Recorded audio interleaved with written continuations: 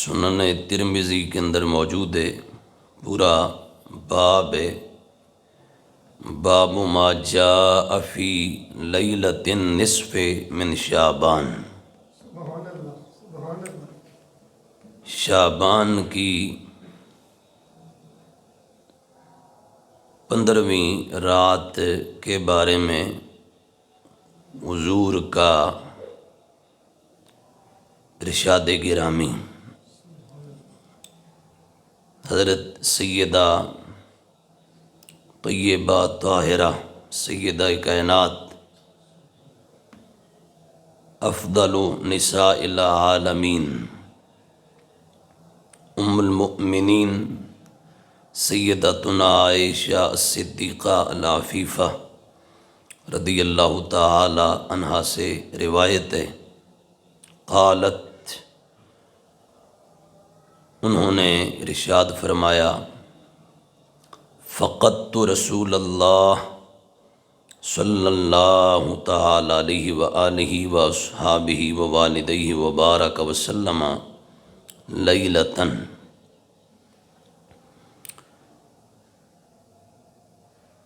سیدہ فرماتی ہیں ایک رات میں نے نبی پاک علیہ الصلاۃ والسلام کو کاشانہ اقدس و انور میں نہیں پایا۔ نبی پاک علیہ الصلاۃ والسلام میرے ہاں موجود نہیں تھے، تو فخرجت، میں باہر نکلی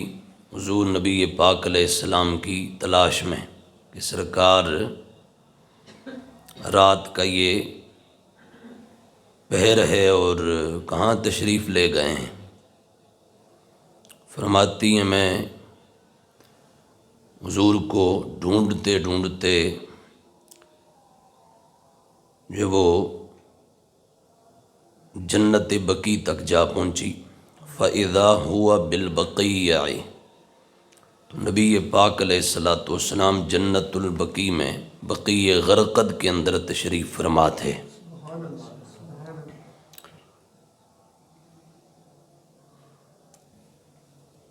اب یہاں سے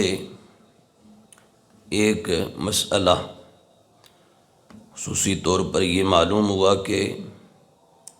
خاص جو مواقع ہیں ان پر قبرستان جانا چاہیے اور اپنے اعزہ و اقربا اہل ایمان اہل اسلام کے لیے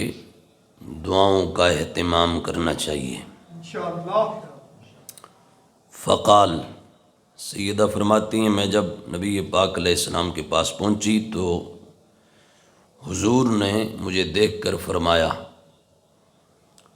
اَكُنْتِ تَخَافِينَ أَنْ يَحِيفَ اللَّهُ عَلَيْكِ وَرَسُولُهُ، فرمایا عائشہ کیا تجھے یہ ڈر تھا کہ اللہ جل شانہ اور اس کا رسول علیہ الصلاۃ والسلام تجھ سے ناانصافی کریں گے؟ قلت یا رسول اللہ، میں نے عرض کیا اے اللہ کے رسول، علیک الصلاۃ والسلام وصلی اللہ تعالی علیک وآلک واصحابک ووالدیک وبارک وسلم، ظننت انک اتیت بعض نسائک، عرض کیا حضور میرا یہ گمان تھا کہ آپ اپنی کسی اور زوجہ محترمہ کے ہاں تشریف لے گئے ہیں، میں اس لیے آپ کے پیچھے باہر نکلی اور آپ کو ڈھونڈا تلاش کیا۔ یعنی نبی پاک علیہ الصلاۃ والسلام کی ایک وقت میں تقریباً 11 ازواج مطہرات رہیں، تو حضور جانے جانا فخر عالم تاجدار کائنات علیہ الصلاۃ والسلام باری باری سب کے ہاں جلوہ گر ہوا کرتے تھے۔ سبحان اللہ، سبحان اللہ۔ تو یہ جو دن تھا یہ سیدہ طیبہ طاہرہ سیدہ کائنات ام المؤمنین سیدہ عائشہ صدیقہ رضی اللہ تعالی عنہا کا تھا۔ وہ نبی پاک علیہ الصلوۃ والسلام ان کے ہاں تشریف فرما ہوئے رات کے ابتدائی حصہ میں، اور پچھلے پہر میں جا کر تو سیدہ کہتی ہیں میں اٹھی اور میں نے دیکھا تو نبی پاک علیہ الصلوۃ والسلام گھر میں تشریف فرما نہیں ہیں۔ تو میں پھر حضور کے باہر پیچھے جو نکل گئی کہ سرکار کہاں تشریف لے گئے، تو نبی پاک علیہ السلام بقیع غرقد میں، یعنی دنیا کا جو سب سے زیادہ فضیلت والا قبرستان ہے، افضل قبرستان، اسے جنت البقیع کہتے ہیں، حضور اس میں تشریف فرماتے اور اپنے جو وہ غلاموں، اپنے جو وہ صحابہ کے لیے دعا فرمائیں۔ تو یہ نبی پاک علیہ الصلوۃ والسلام کے معمولات میں سے ہے۔ آپ جو وہ شہدائے احد کے مزارات پر تشریف لے جایا کرتے تھے، اور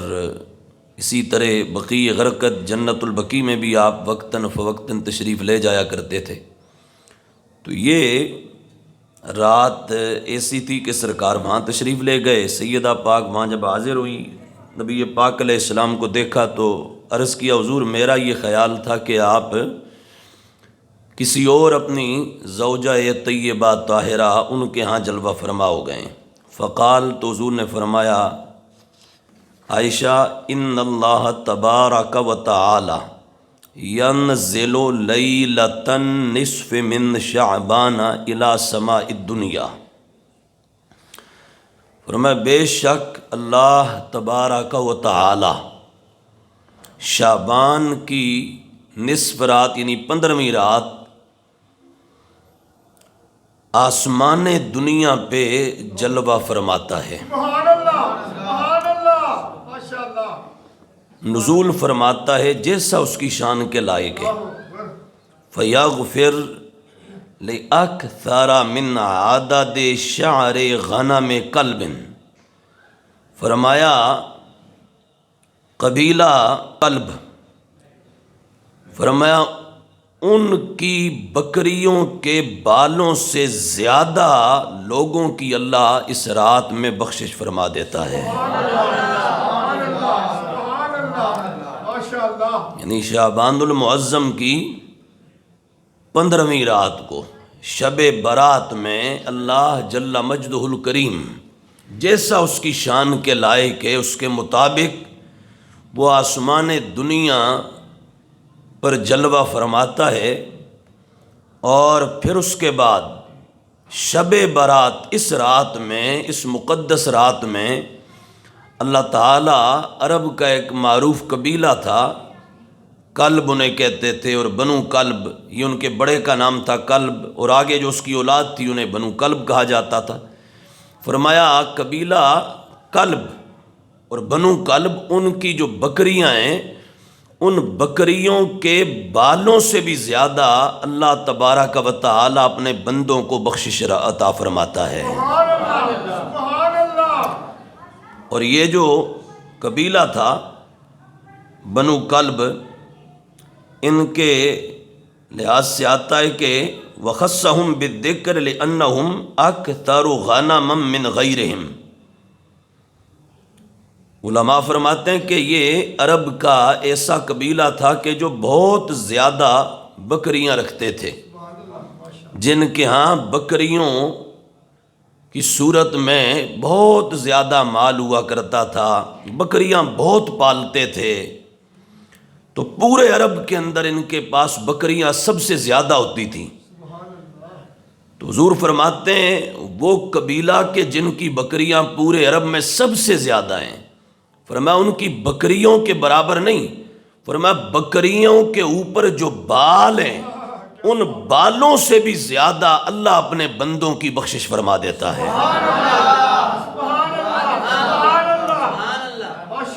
اس رات کی یہ اہمیت ہے اور یہ خاص فضیلت ہے، اور اس لیے اس رات کو کبھی بھی ضائع نہیں کرنا چاہیے، اور یہ نہ ہو کہ غفلت میں یہ رات گزر جائے۔ حضور نبی پاک علیہ الصلوۃ والسلام نے اس رات اور اس کے بعد اگلا آنے والا جو دن ہے اس کے لحاظ سے خصوصی ہدایت اپنی امت کو عطا فرمائی۔ قرآن عزیز کے بعد جو امت مسلمہ کا چوٹی کا لٹریچر ہے، سب سے اونچے درجے کی 6 کتابیں،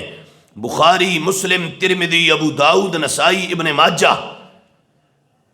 ان 6 حدیث کی کتابوں میں سے یہ 2 کتابیں، سنن ترمذی اور سنن ابن ماجہ، یہ دونوں میرے سامنے ہیں۔ امام ترمذی آپ نے شب برات کی اہمیت، خصوصیت اور اس کی فضیلت کو اجاگر کرتے ہوئے سنن ترمذی میں اس رات کی شان پر پورا باب قائم فرمایا ہے۔ اور اسی طرح امام ابن ماجہ، یہ اہل سنت و جماعت کے، اہل اسلام کے وہ ائمہ اور اکابرین ہیں، وہ پاک ہستیاں ہیں کہ جن پر پورا دین کھڑا ہے، اور قرآن کے بعد ان کی کتب وہ بیسک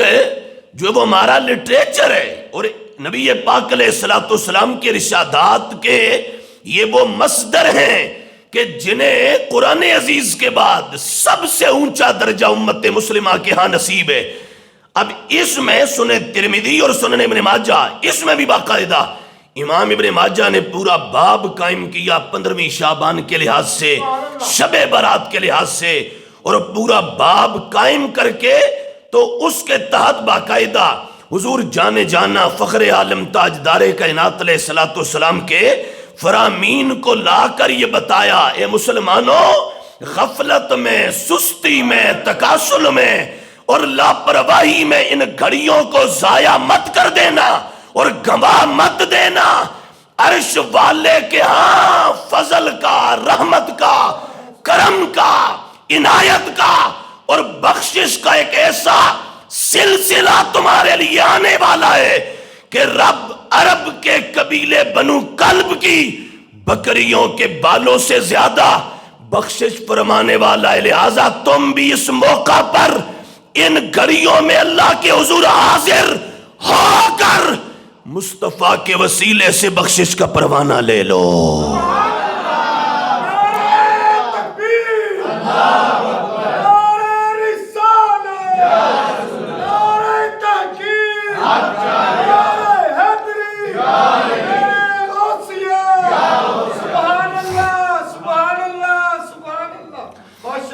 اب اس میں امام ابن ماجہ نے جو یہاں پہلی روایت سنن ابن ماجہ کے اندر حدیث کا نمبر 1388 ہے، 1388، اور روایت کرنے والے کون ہیں؟ روایت کرنے والے وہ ہیں جنہیں تاجدار حل عطا کہا جاتا ہے، جنہیں مولا مرتضی کہا جاتا ہے، جنہیں مشکل کشا کہا جاتا ہے، جنہیں باب مدینۃ العلم کہا جاتا ہے، جنہیں تاجدار کائنات ولایت کہا جاتا ہے، جنہیں ولیوں کی دنیا کا بادشاہ کہا جاتا ہے، جنہیں علم کی دنیا کا تاجور کہا جاتا ہے، وہ جنہوں نے دنیا کے کسی اور مکتب میں نہیں پڑھا، جنہوں نے آنکھ ہی گنبد خضرا کے مکی کی مبارک گود میں آ کے کھولی ہے، اور سب سے پہلی غذا اور خوراک انہیں جو نصیب ہوئی تو وہ حضور جانے جانا فخر عالم تاجدار کائنات علیہ السلام کا مبارک لعاب، لعاب شفا، لعاب برکت و رحمت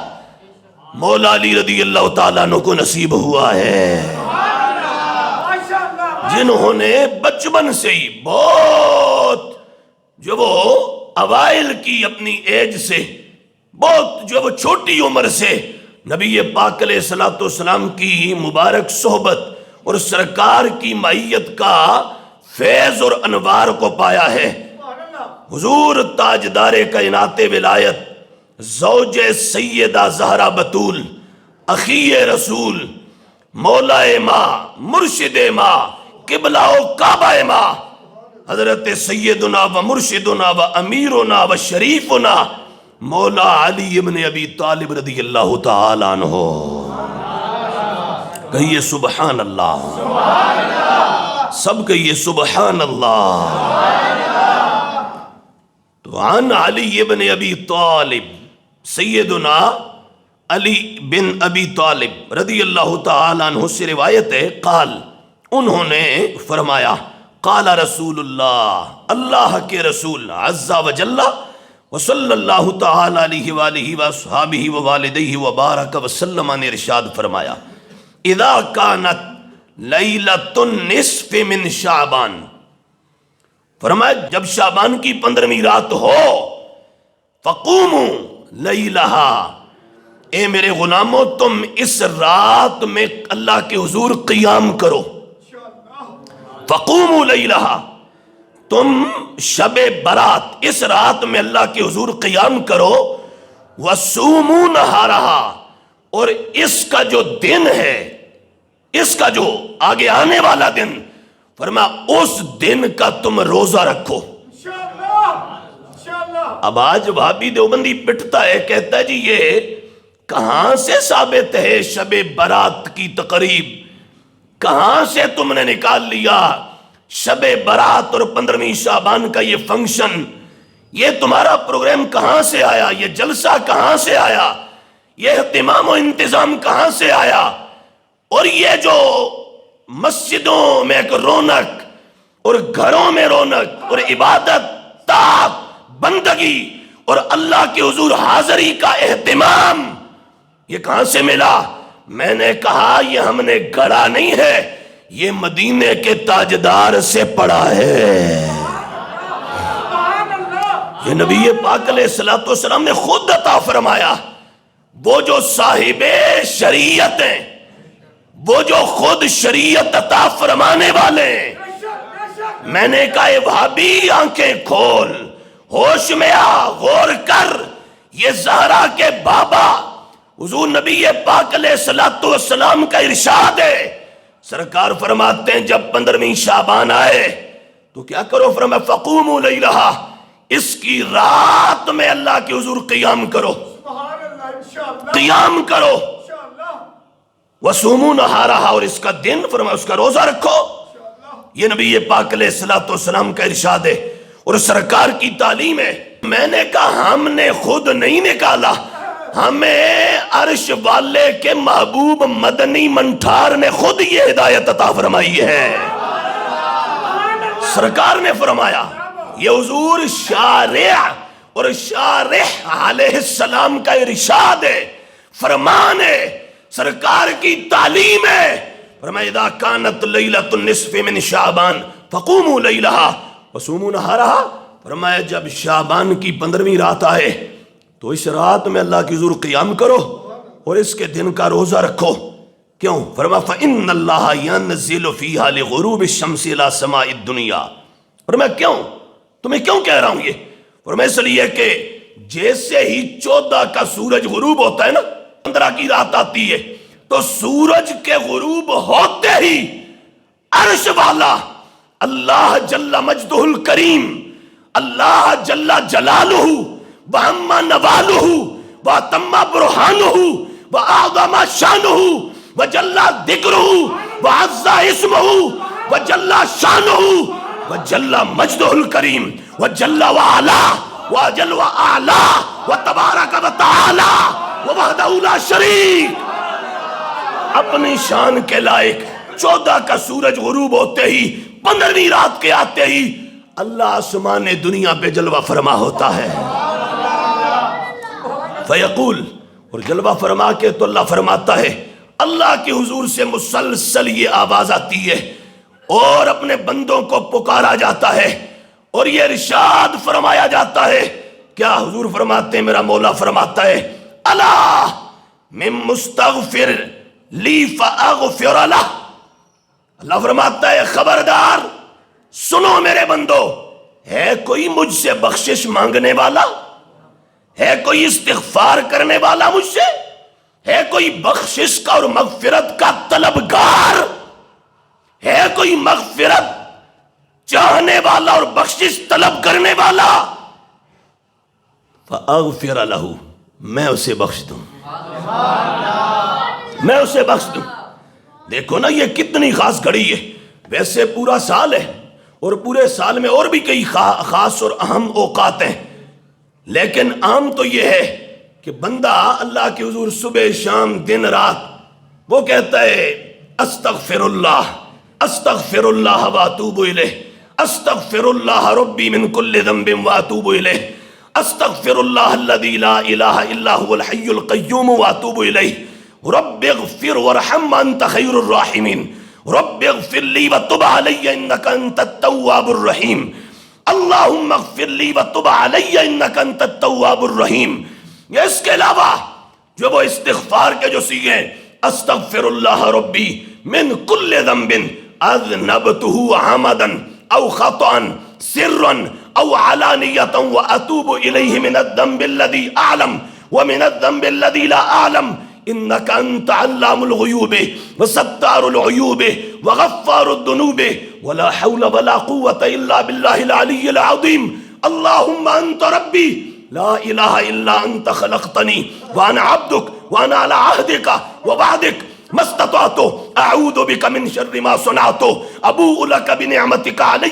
وابوء بذنبی فاغفر لی فانہ لا یغفر الذنوب الا انت۔ اب یہ استغفار کے سیغے، کلمات اور و وظائف سال کی باقی گھڑیوں میں تو بندہ پکار پکار کے کہتا ہے، اور شب برات اور 15ویں شعبان کی 15ویں رات کس قدر خاص ہے کہ وہ عرش والا، وہ غفار اور غفور آسمان دنیا پہ جلوہ فرما کر خود پکار کے کہتا ہے کوئی بخشش مانگنے والا، میں اس کی مغفرت کر دوں اور بخشش عطا کر دوں اسے۔ کتنی عام گھڑیاں، اور پھر آواز آتی اللہ مسترزق فارزقہ، ہے کوئی رزق مانگنے والا، میں اسے رزق دے دوں۔ الا مبتلن فاعافیہ، ہے کوئی ایسا جو کسی ابتلا میں ہو، آزمائش میں ہو، امتحان میں ہو، کسی دکھ میں ہو، اور کسی جو وہ سخت مسئلہ میں الجھا ہوا ہو، پریشان ہو، ہے کوئی ایسا ابتلا اور آزمائش میں آ جائے، مجھ سے سوال تو کرے، میں اسے آج کی رات عافیت عطا کر دوں گا۔ سرکار فرماتے ہیں الا کذا حتی یطلع الفجر، فرمایا شعبان کی 15ویں رات ساری رات اللہ کے حضور سے یہ آواز آتی رہتی ہے، اور مسلسل الا کذا، فرمایا صرف یہی نہیں کہ ہے کوئی بخشش مانگنے والا، ہے کوئی رزق مانگنے والا، ہے کوئی ابتلا میں جو وہ مصیبت یا کسی آزمائش سے دوچار، صرف یہ نہیں، فرمایا اس کے علاوہ اور بھی اللہ کی بارگاہ سے مسلسل اعلانات ہوتے رہتے ہیں، اور ساری رات رب کا یہ کرم، اللہ کی یہ عطا، اللہ کی یہ بخشش، اللہ کا یہ فضل، اللہ جل مجدہ الکریم کا اپنے بندوں کے اوپر